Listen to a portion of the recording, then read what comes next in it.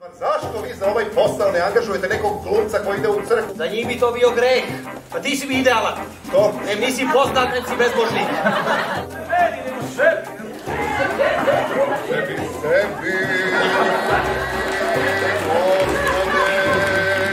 Nisam i sanjala da ćete da brinete samo za mene. Ne, to molim vas, kako nemojte se opterećujete, pa to sanjeno odmah ko partnici komšije su, pa će kome ja sam...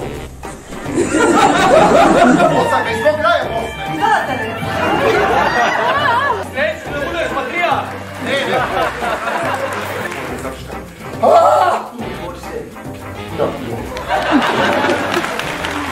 A šta je najgore informacija u finalu? A to što svoj radi. Ko voli da ću ti žebecu?